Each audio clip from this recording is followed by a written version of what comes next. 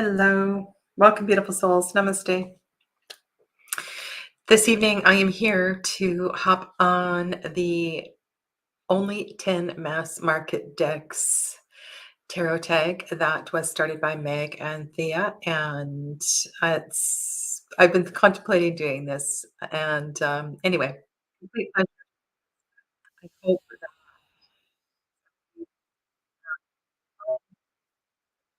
joy in some of the decks that have been really integral to my work. And of course, I'm not going to share with you only 10 decks tonight.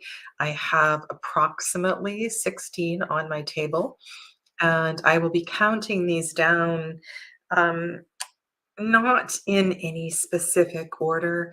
Um, these are all pretty much decks that I have around and work with from time to time throughout the year.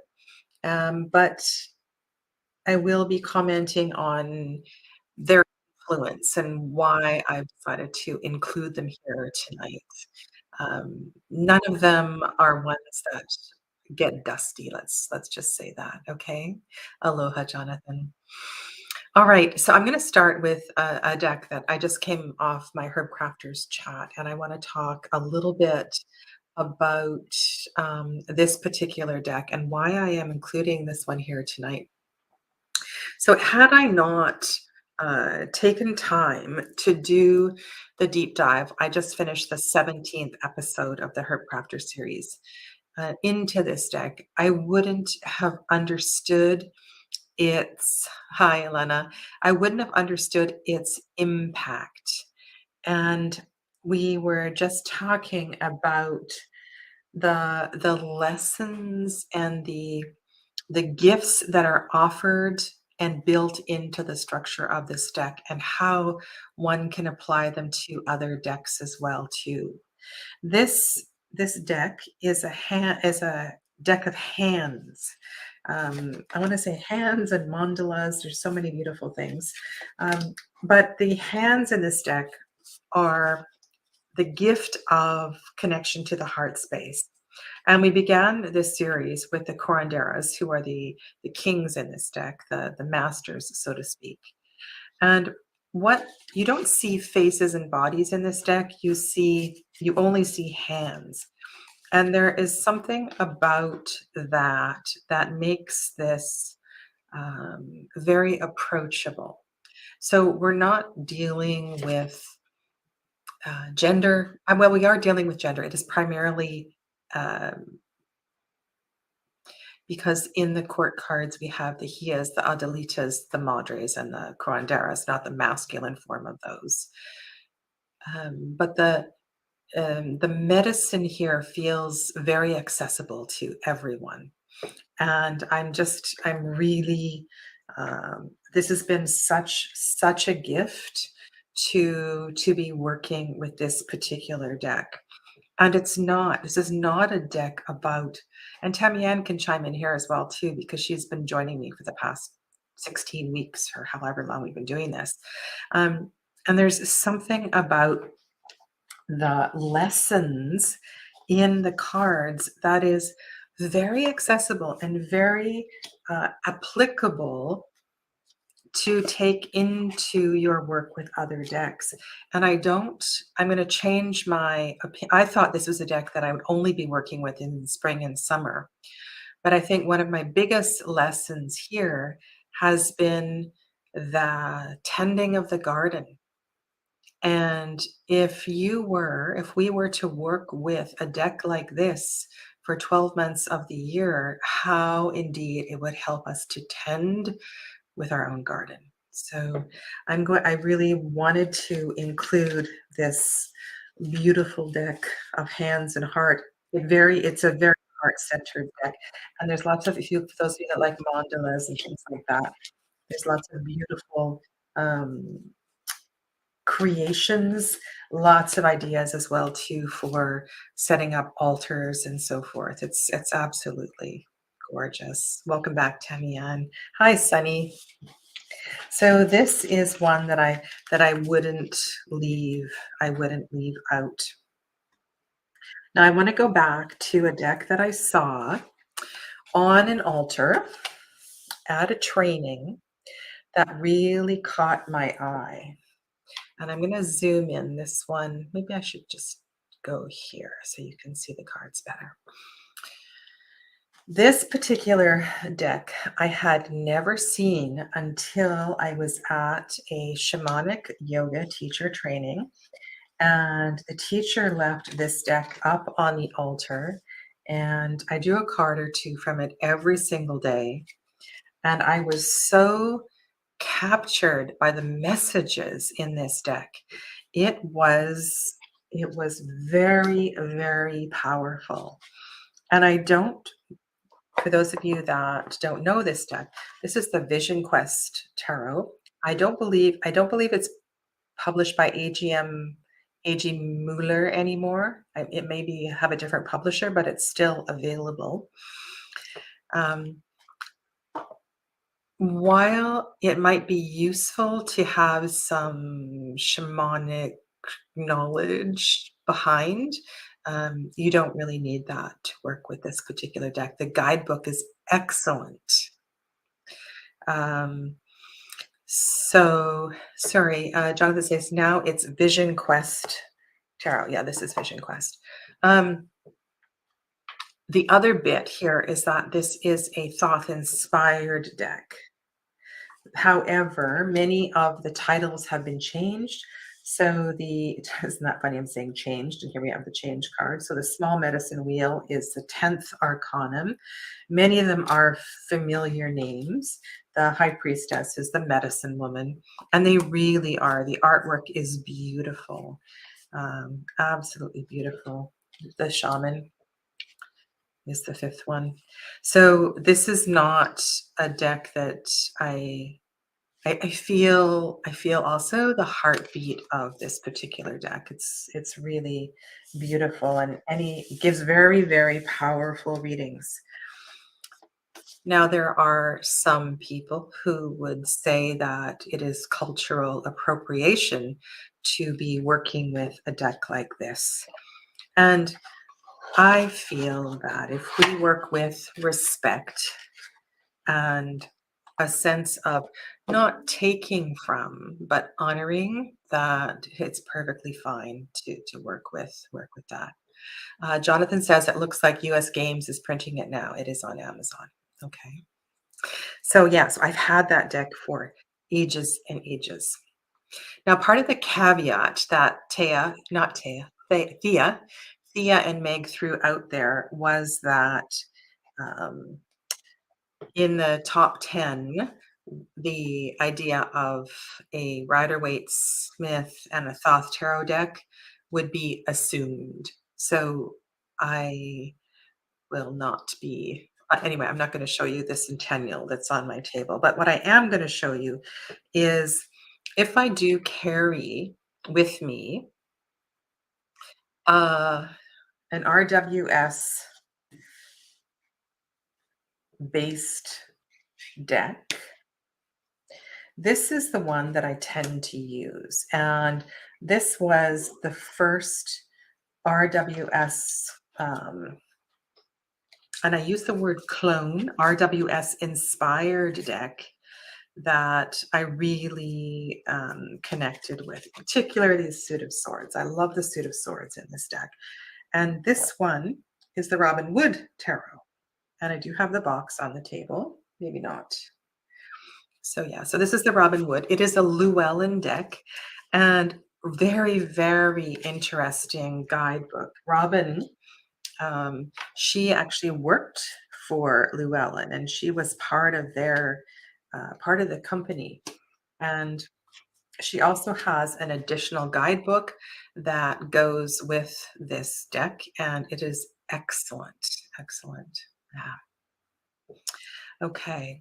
I see somebody else. So Donna's here. Ange is here. Welcome, Ange. Thanks for joining in the chat. All right.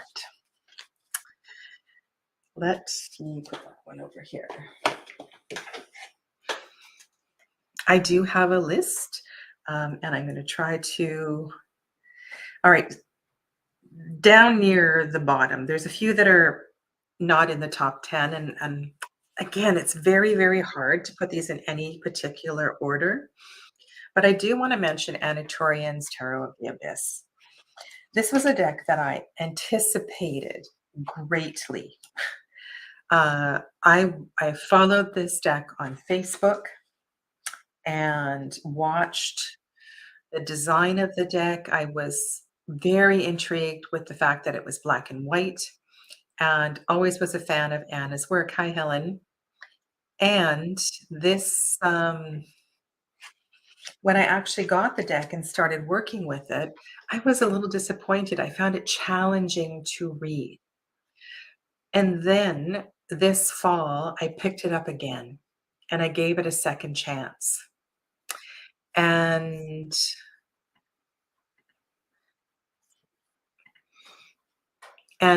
it's working really, really well for me.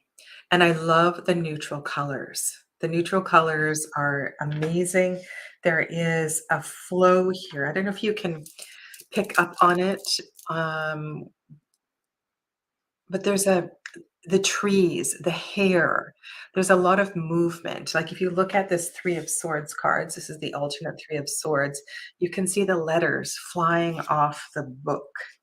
Every single card is full of expression, and movement, whether it is fast or slow.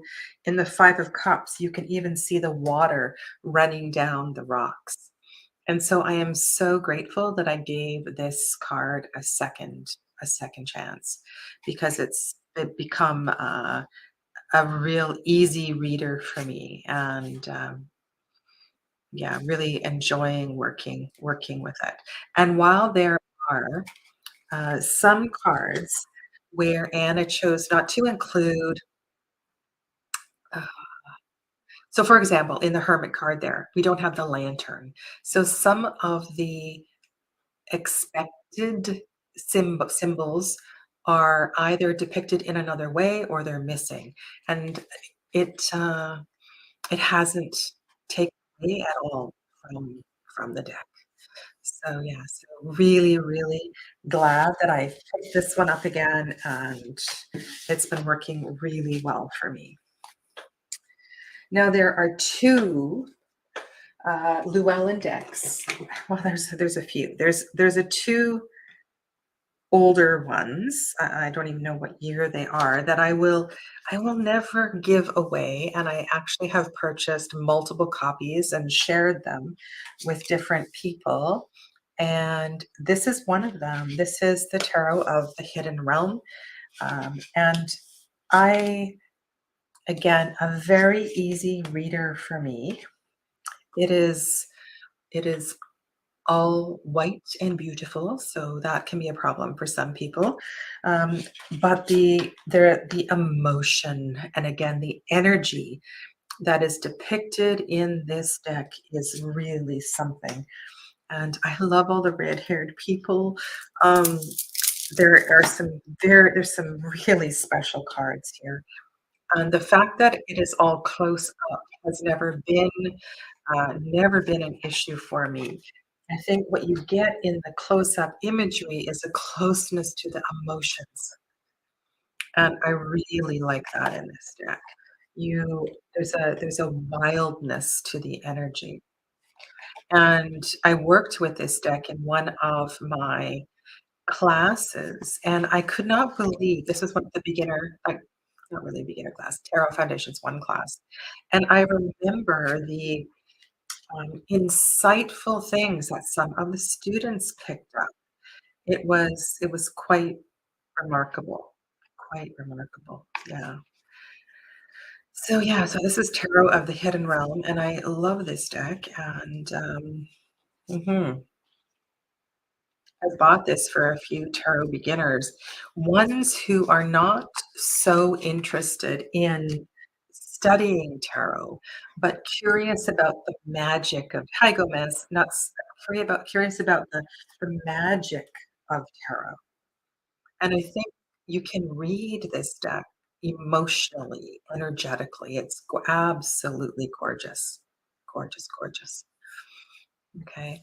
Now in the same can I say in the same vein? Um, equally, I'm equally, maybe I like this one a little bit more. Uh, I don't even know if I could say that. But let's do this one next. This is Shadowscapes. This is a trimmed copy of the Llewellyn version. I also have the Czech version, which is a little bit bigger. I haven't trimmed that one. This one, unlike Tarot of the Hidden Realm, you're stepping back and looking at a version of a Fey landscape. And I think if you compare this deck to the previous one, you can begin to understand the power sometimes of a deck stepping back in view and then another deck being close up. And I don't know if you've ever thought about that, but I think that there's different reasons for getting into someone's face and then another reason for stepping back.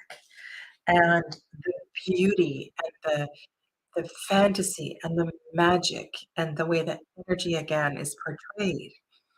And this is just gorgeous. It's almost as if you can see like little crystals on the spider web. And the way that the piano here is built into the tree. The Suit of Pentacles is absolutely magical, right? So Sunny says, where's Sunny's comment? Hasn't popped up here yet. Yes, perspective can completely change a story and a message. And I think sometimes if we are struggling getting a message across, you ever done one of those readings where you're talking with someone and you feel like they're not really hearing you? Then having another deck that switches perspective can also really help. Hi, Sarah. I'm so glad you could join us. And if I've missed anybody, I apologize. Welcome. I have found this deck to be truly, truly magical. It really is.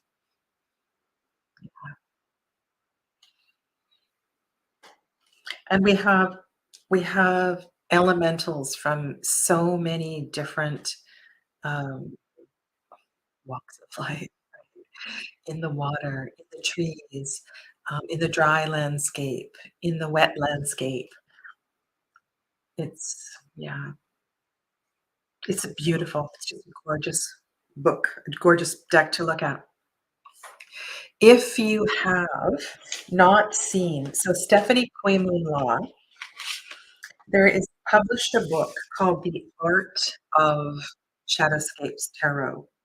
And this book only focuses on the major arcana, but what it does give you is, I'm gonna say probably a 9 by 12. So it's one of those, it looks like a large children's book, um, version of a 9 by 12 version of the 22 majors. So if you're looking for something like that, then I would,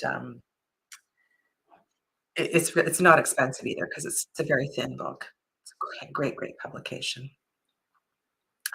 Next one, very different energy. And it's funny, I don't consider myself somebody who connects deeply with the Fae, and I know that the She are an elemental unto themselves. I have been on quite a journey with this deck. I am a a big fan of, now his name is gonna run, John. Oh my goodness. So it's John John Ryan? No, that's not the name. John Matthews, right? Kathleen Matthews and John Matthews. Um, his work. He has written a couple of books on the she, which I have. Loved his stories of going into the caves in Ireland and his experience in working with the glyph. Now, this deck is not by John Matthews. This deck is created by Emily Carding, and Emily Carding was at a workshop. She was a student of John Matthews, and part of one of these, I guess, the major assignment of the class was to respond to the energy of the she, and this was her part of, I guess, this the beginning of her project. This tarot deck was part of her project for that class, and so she was inspired by John Matthews in the creation of this deck, and it really is something. This is like, if you put your decks into chakra associations, this is a Manipura chakra deck. This is a fire deck. This is a deck that takes you into your power. It helps you find strength and purpose and will and drive and passion and all those keywords for chakra, for the solar plexus chakra. It's a really beautiful card. The way that she has chosen to depict um, each of these cards is really something. And so in the suit of water, the it's the suit of dancer. So dancer, flow, energy. So if you think about the way a dancer moves, that makes perfect sense. Makers are the suit of earth. Um, what else do I have on the table here? The suit of dreamers is the suit of air.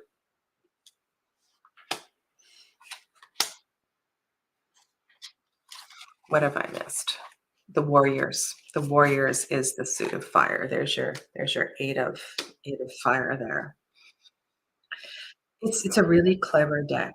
And I tell you, I probably um I probably what do I want to say? Use this deck when I want to push a client, when I know they're ready for a breakthrough. So this is a great breakthrough deck. Mhm.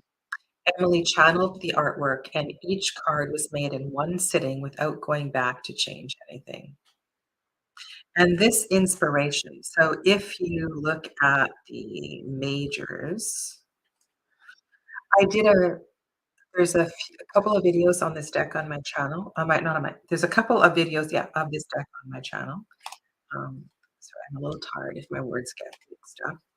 In the major arcana, we see the glyph of the she. So this is the glyph, and the glyph is used as a focal point. So in the five, the elder, the glyph is here. And you can use these cards for path working and go into the scene. It really is, it is. It's a very, very powerful deck. So, I have trimmed off the side borders.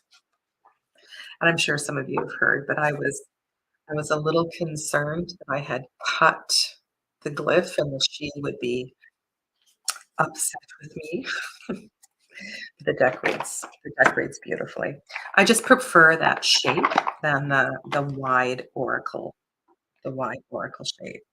All right, I just need to check off the ones that I've done. I actually have a list here of decks. Okay, because I'm gonna not go over. Now, next, I'm going to go to one that I completely forgot about. And this one, also a trimmed version, was one of my earliest decks. And I know this deck so well that sometimes I go back to it to illustrate a point with a client. Um, there's something about this deck that, except for the suit of swords. So the suit of swords is brutal in this deck. Um, I just wanted to, I have a pending what did you say, Alana? I have a pending hashtag idea that I would love to do, but as you have identified this deck into a specific one, that is another one that you could do. Donna trimmed her tarot of the she too. Yeah, so much better. So what I was gonna say is in the suit of clouds is kind of brutal. It is very, um, it looks to the shadow energy of the suit of air for sure. It's not an easy suit to work with. However, and I have trimmed this deck, I have taken off the keywords, but I've worked with this deck so much that I, for the most part, remember the keywords. Um, and again, another very energetic deck.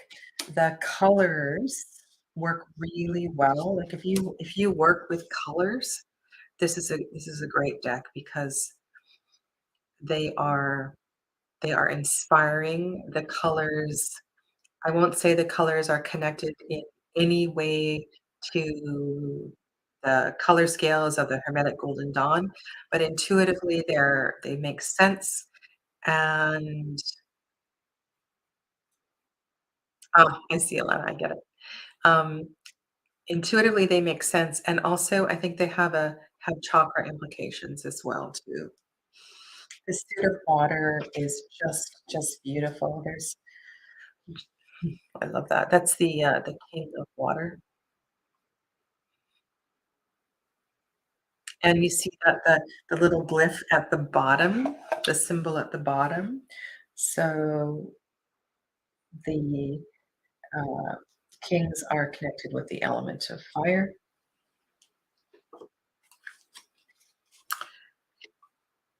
Uh, I really like this deck. I don't have it out all the time.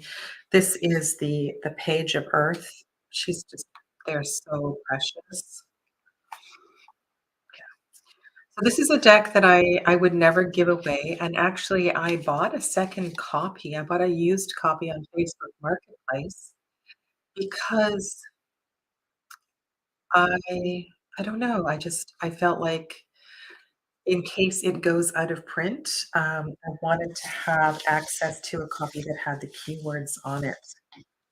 Yeah, and many of the decks that I'm showing you today, I have a back out copy. Oh my goodness, really? So Alana says it comes in a pocket size now. Well, let me show you how small this is. What decks? Okay, so here is my Centennial Tarot. Okay, there's a Centennial, and this is my trimmed Osho Zen. So it's pretty small.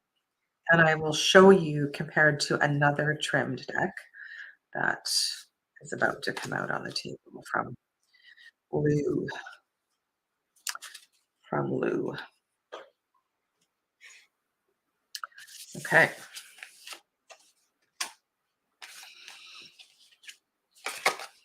Let's go there now. This is a mini Peggy bag, and my trimmed Llewellyn fits in a mini Peggy bag,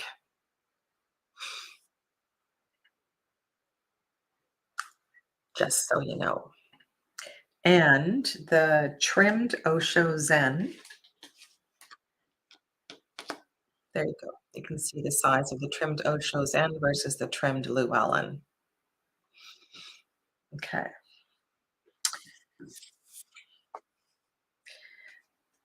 The the majors in this deck are absolutely stunning.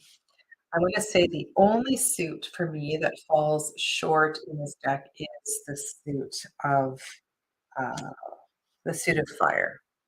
So we're looking; these are all minors here,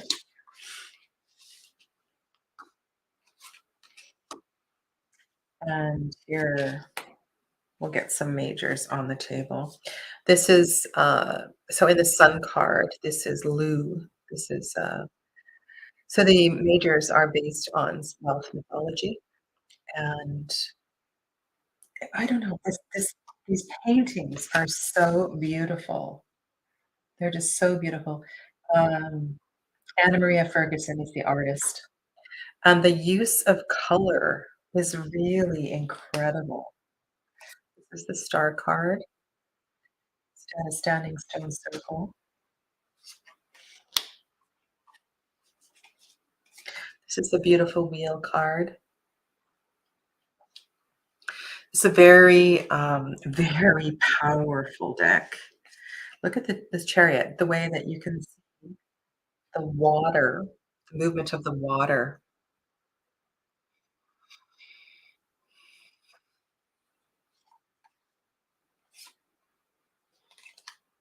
Hmm, it's really, really something.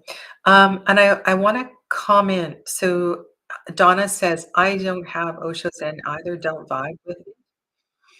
The Osho Zen is another deck that can push you through something. There actually is a breakthrough card in the Osho Zen Tarot. Um, I think it's the 11 major. And there's just something about it that can wake you up, get you to see something that no other deck can. There is the cauldron. So yeah, so this is a absolutely gorgeous deck, and of course, I have another copy that has the titles on it. And hi, Ange, welcome. Yeah, beautiful, beautiful deck. Love the colors. I think this is one of my favorite Hanged Man cards, Hanged One cards. Simply beautiful. Yeah.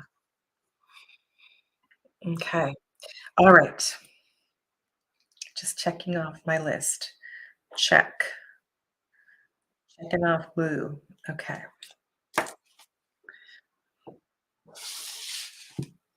Doing pretty well here. Yes, much different trimmed. Okay, I will need to sort those mixed up.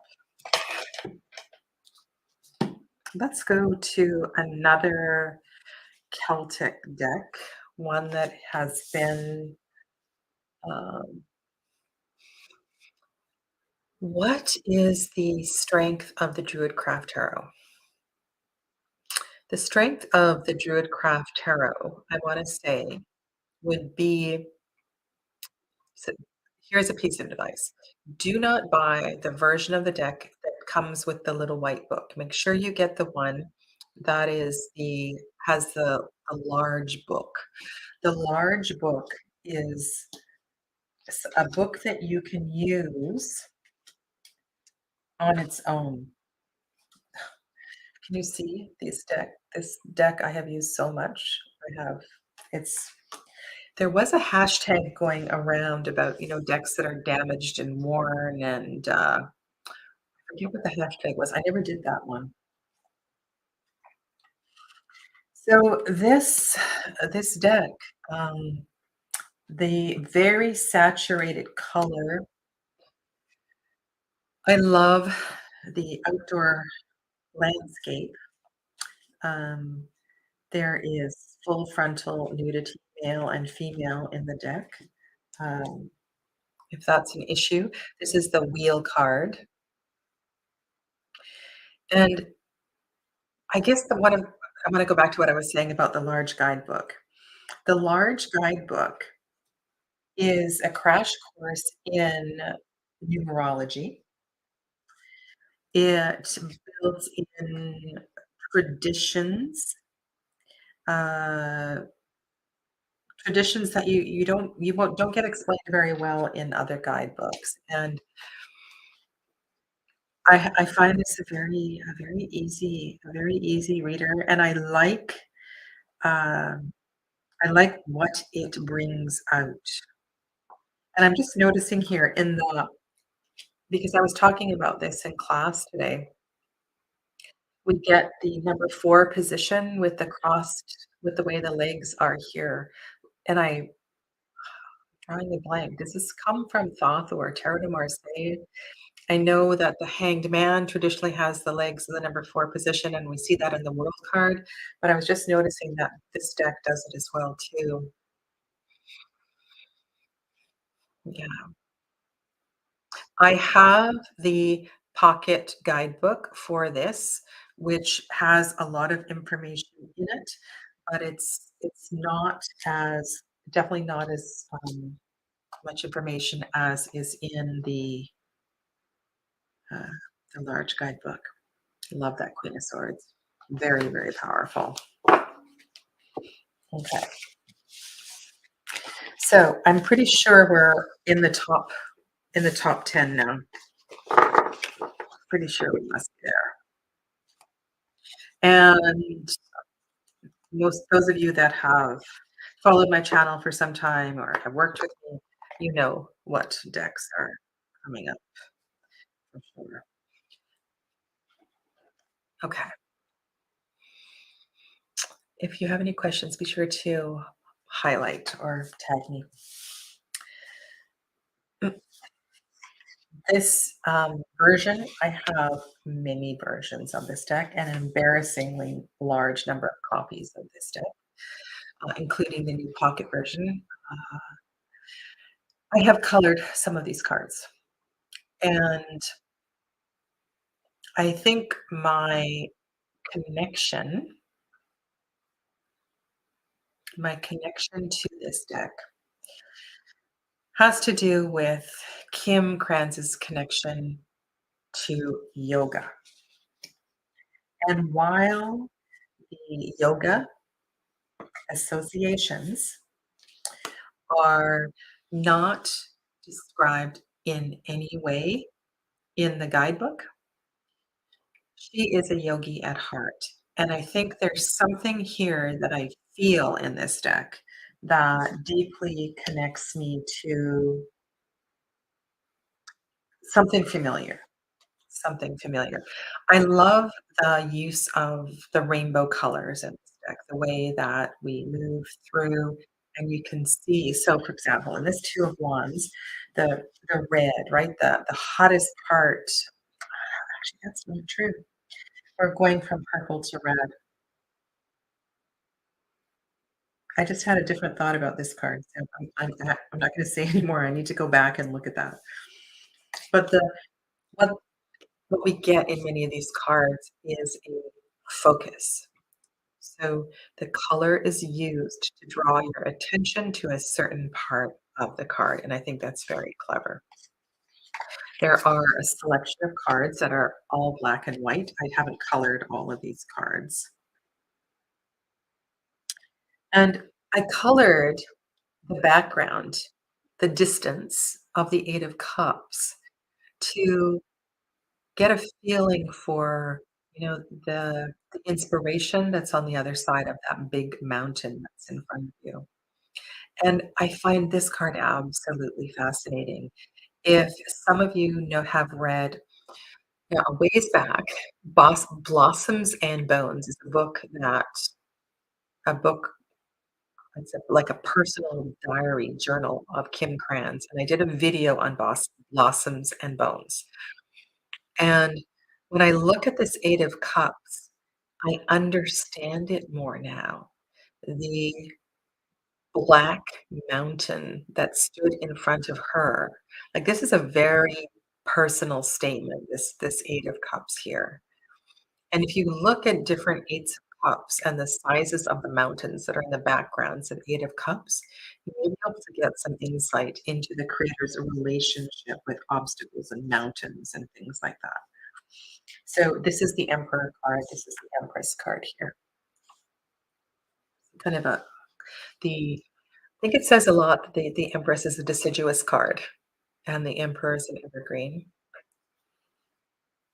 Yeah.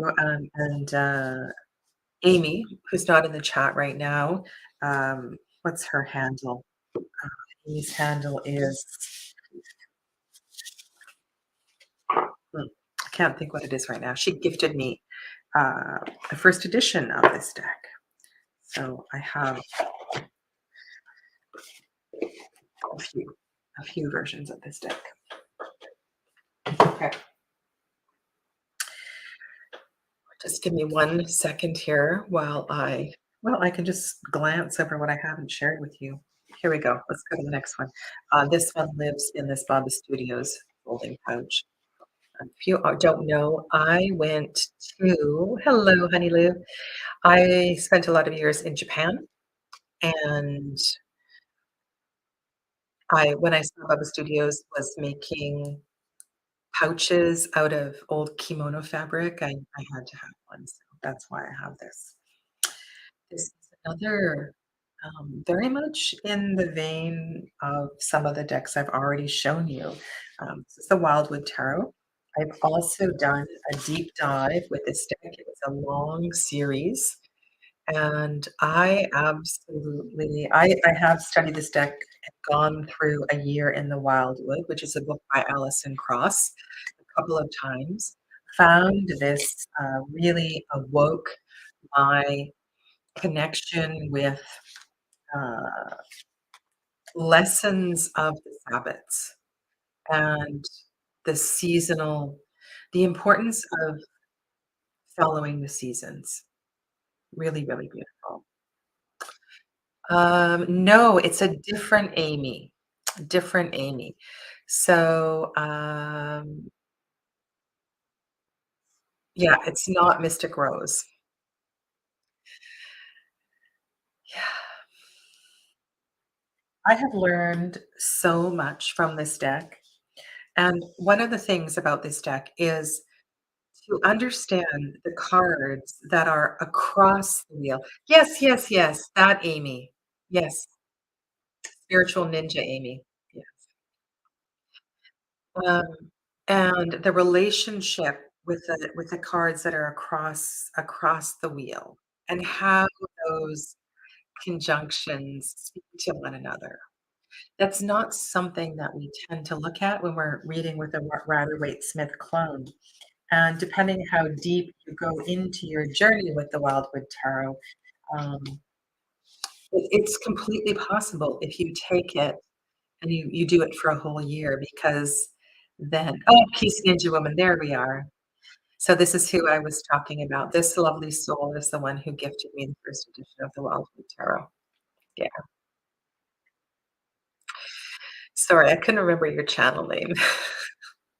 My bad. Yeah. Um, I have taken what I have learned here and am starting to apply these patterns and traditions to other decks as well too, and it's been a really, brilliant journey.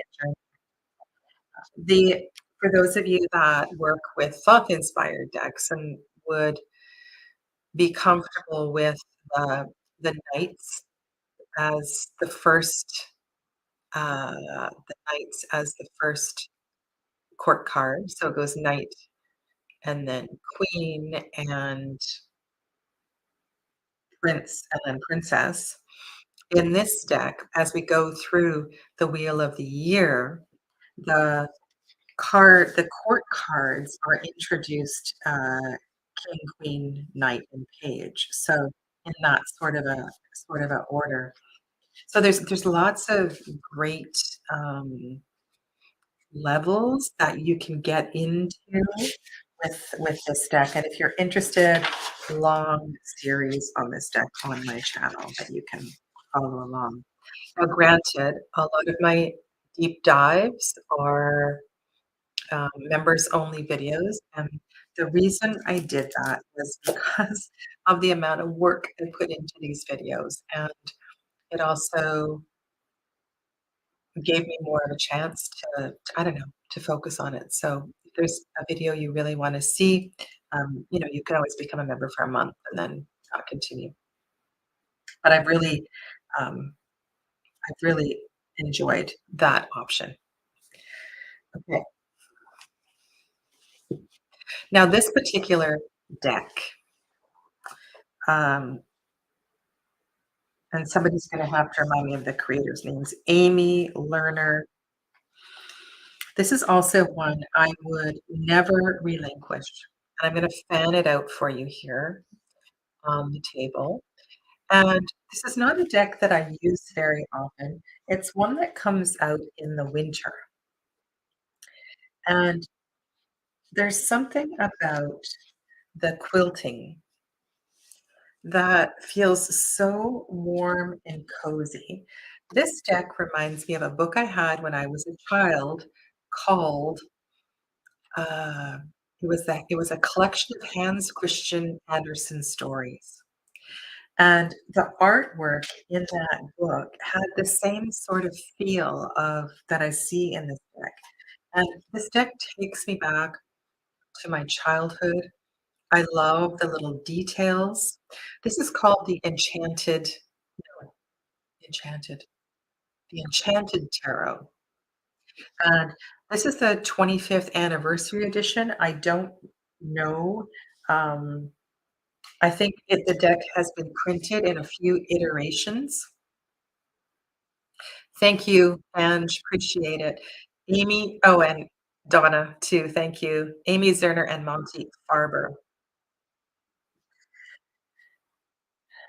I I love looking into the depths of these pictures, and this particular deck is nothing like any other collage deck. I have worked with so I wanna say one of my favorite collage artists is, Marie Bento. I love Marie Bento's decks, and I only have one. And if anybody would like to trade or sell their Lua tarot, that is one that's on my wish list. I think she is a great collage artist, but this is something very different from that. If you have something like the textured tarot, this is this is this is a crafty kind of collage deck with a mythical quality to it. After I shared this deck on my channel, somebody mentioned the Tarot of the Pacific Northwest, which is also a quilted deck. And I did purchase it, but it didn't resonate with me in the way that this one does. Yeah. Donna has most of Amy and Monty's decks due to her love of collage fiber arts. Yeah, it's really beautiful. And I know they have a new deck out as well too. Look at this Four of Swords. It's kind of magical. Yeah. So that is the is this the tarot? The enchanted tarot. It's the enchanted tarot. Yeah. And I love the frames. I don't think I would ever trim this particular deck. Okay. Counting on down. Um, done that one. So I think I have 3 decks left. Herb Crafter, Tarot of the Abyss, Hidden Realm, Vision Quest, Osho Zen, Tarot of the She, Wild Unknown, Llewellyn, Enchanted, Wildwood, Shadowscapes, Druidcraft, Robin Wood. So I have 3 left. Okay. And I know that this deck was in, as according to the freebies, according to the freebies of the so this particular hashtag, which I'm not following at all, only 10 mass market decks. There was a caveat, and that was to no need to show a RWS and no need to show a Thoth because it goes without saying that one would include one of these decks in their top 12 decks. But I wanted to comment on this deck. So this was not this particular version. I have a mini version that came in a kit. And It was the first deck that I ever read with, and I didn't resonate with it. And I have come back to the Thoth Tarot many times. And I decided that it was going to be worth my while because I spent a year doing 3 card readings again over the last year, studying the deck personally. That I was going to present some of my thoughts and create a Thoth inspired series, which is a series that is, this is kind of in order because I've been teaching with this deck that is going on right now. And what I am what I'm taking away from the work that I've been doing in preparing for each of the videos is that the layers of astrology and the layers of the Kabbalah give us so much more information. And I think one of my funniest aha moments with with these 2 decks, and I don't know who said this, because I've been watching a lot of videos and reading. I've been watching a lot of vlogs, reading a lot of blogs and, podcasts. Like, I've been going nuts trying to get as deep as I can into this. I've also purchased an abundance of books.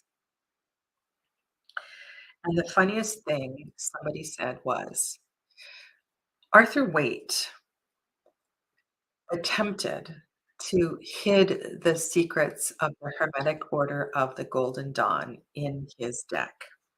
So there's lots of questions in this deck about intentional miscolorations, intentional omission of symbols, intentional switching of order of certain things, because he abided by a code of in the Order of the Golden Dawn to not share the secrets. And then some 40 years later, this deck is published. And you know that neither Lady Frida Harris nor um, Aleister Crowley were alive when this deck was published. They were both alive when the book came out, the Book of Thoth, but not around to see the deck published, which is really a shame. But between the 2 of them, they broke the rules and shared everything in these decks, everything and more. And I think this was a real, opening of conversation of secrets. And this has taken my brain, my mind into such a fabulous place of wonder and magic and mystery. I I'm I'm feeling something powerful enough that I think it's really going to shift uh, and open up something for me that I hadn't taken the time to explore. Okay. So the last 2 decks that I wanna share with you tonight, I have done deep dives on both of them, and one is the Marielle Tarot. This is the first iteration of the deck with the side borders trimmed. This has been a very powerful deck for me personally, and I have gotten to the point where I do read this publicly now. This deck is kind of in the as far as why I would choose this deck for somebody, I know that they're ready to go to the next level. So I was saying, so if I put Osho Zen and Tarot of the She in that group, this one takes it to a whole other level. And this is a brilliant, brilliant deck, um, bringing in lots of mythology, and this is my card in the deck, by the way. This is the 9 of Swords. my card of transformation. I want to say something else about this.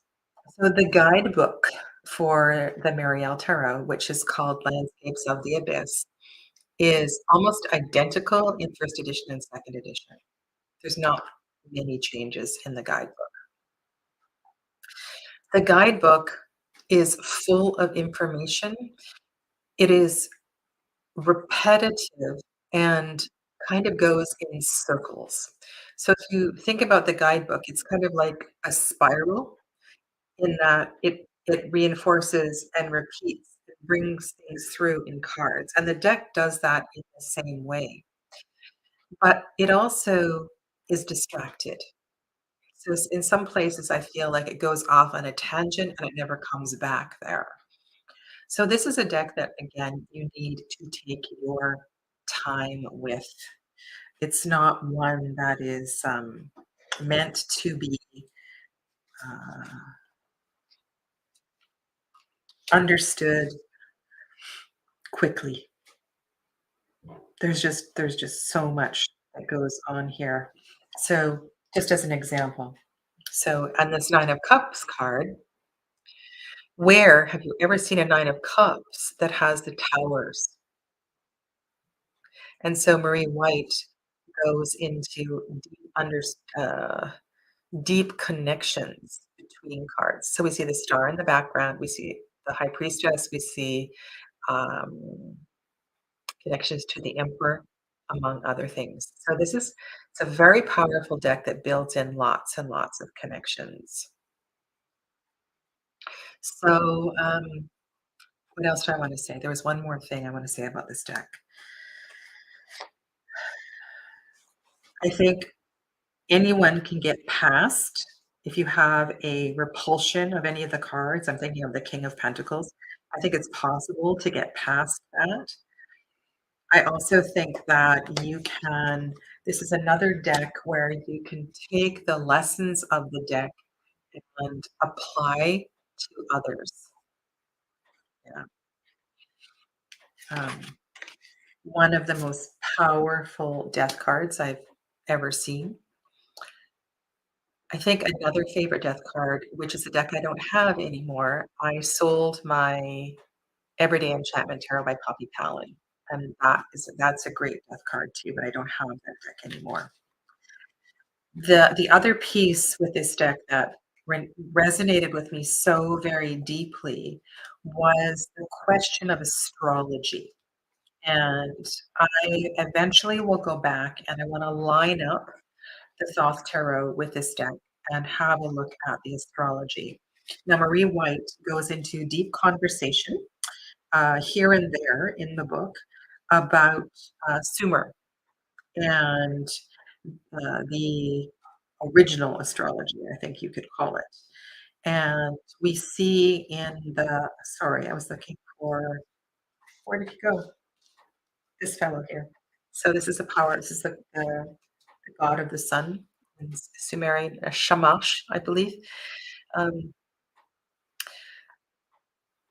what happens for me in this deck is I get transported to past life issues and work. And if somebody ever asks for a past life reading, this is one of the decks that I pull out because mythology in this deck covers a lot of geography. I know mythology is in universal consciousness, but in this dimension, we also connect mythology to geography. And she just has done a great job with covering a lot of bases. So this can be a really powerful deck for past life work.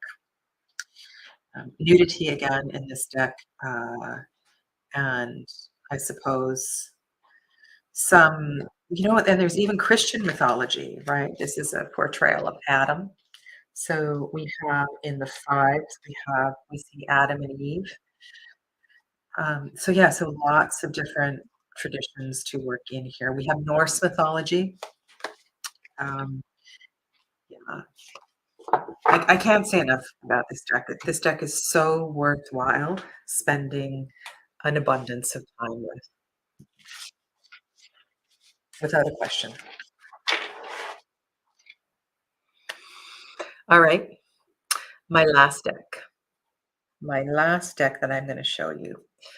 Um, does anybody wanna venture a guess what it might be? And I would be happy to offer a prize if anybody got it right.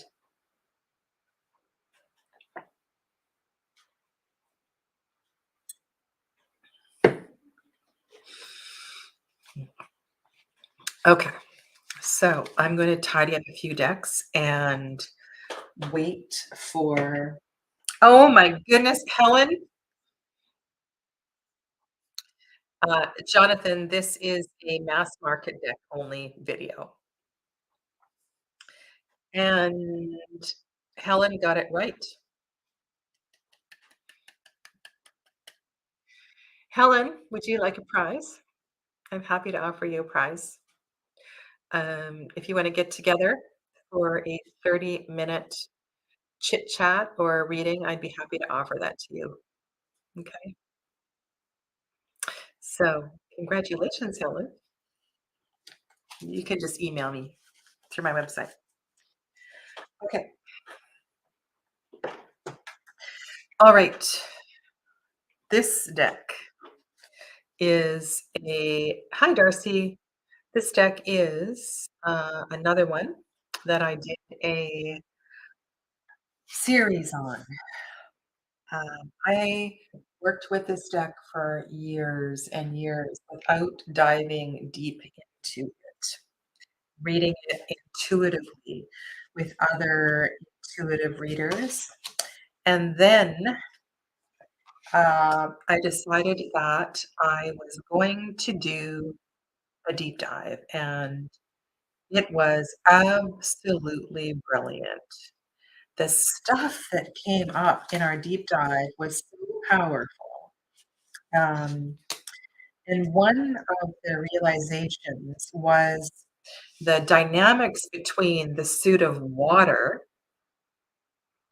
and the suit of fire, and the suit of water being the emotional aspect of relationship, and the suit of fire being the sexual. I mean, you almost, like, see a couple here copulating, it's really quite something.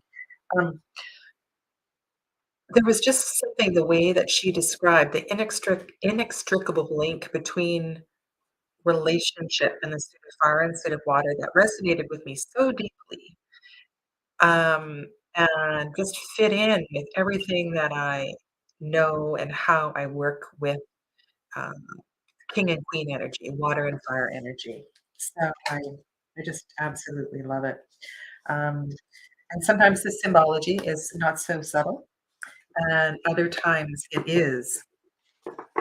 And another amazing aha moment that came out of this series had to do with the understanding of the maiden mother crone energy.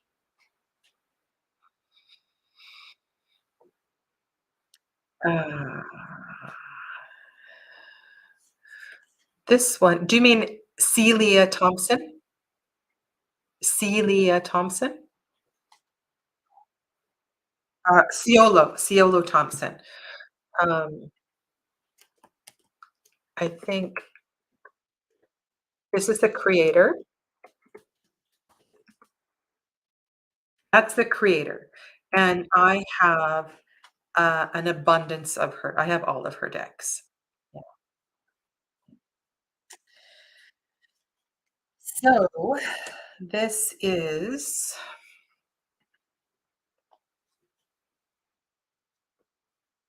we had we had really good chats about this deck. I can't say enough. Here in the Ten of Flames. So this is the Ten of Fire. Let me zoom in. So instead of the sticks on the back, we see the phoenix rising out of the back, which is a really powerful depiction. Um, yeah, I I so enjoyed this deep dive, and I would uh, I would work with this deck. I've done readings, of course, for others with this deck, not a problem, but I think I was talking about maybe Osho's Zen, Tarot of the She, Marielle, breaking you through something. This one to me, so I'm just looking at the Mother of Cups here. I feel like if that is a solar plexus breakthrough, those are solar plexus breakthrough decks. This one is gonna tap into your emotional body. It's gonna allow you to so I would call this a second chakra deck. It's gonna allow you to face your shadows, and it so brilliantly challenges one in that way. The hands and feet are really powerful as well too, in the suit of coins. Yeah, Scott Labyrinths, lots of amazing, amazing symbology. So so those are I think I wanna say 'cause I looked at and I made a list. I watched probably 7 or 8 videos, some of them slowly, some of them speeding through them to see what people were putting forward as their top 10 mass market decks, and I made a on my notes, I made a long list of some of them, and I wanna stick by the ones that I've shared with you today as, for me, irreplaceable. Of course, you can replace them, they're all still available, but they've worked really well with me on many levels, learning, studying tarot, reading for clients, and I'm thinking of Tarot of the Hidden Realm, bringing, making tarot accessible for people who don't wanna study the layers of tarot, but lean into the energy of tarot. So, yeah, I just these are all really, really great decks. So I suppose logically, next videos would be only 10 mass market oracle decks, only 10 indie tarot decks, only 10 indie oracle decks. So I will contemplate those videos, maybe at some point and do those for you 'cause, I think these are good conversations to have and to hear why different people resonate with different decks. Okay. So I'm not gonna be on Facebook tonight. I am going to bundle up and go outside. In approximately 20 minutes, moon is going to pass in front of Mars, and I'm hoping that I can see the, lunar occultation. Um, I'm feeling this full moon energy, and I want to wish you bright, bright blessings. I will type that in. Hi, Beth. It is this.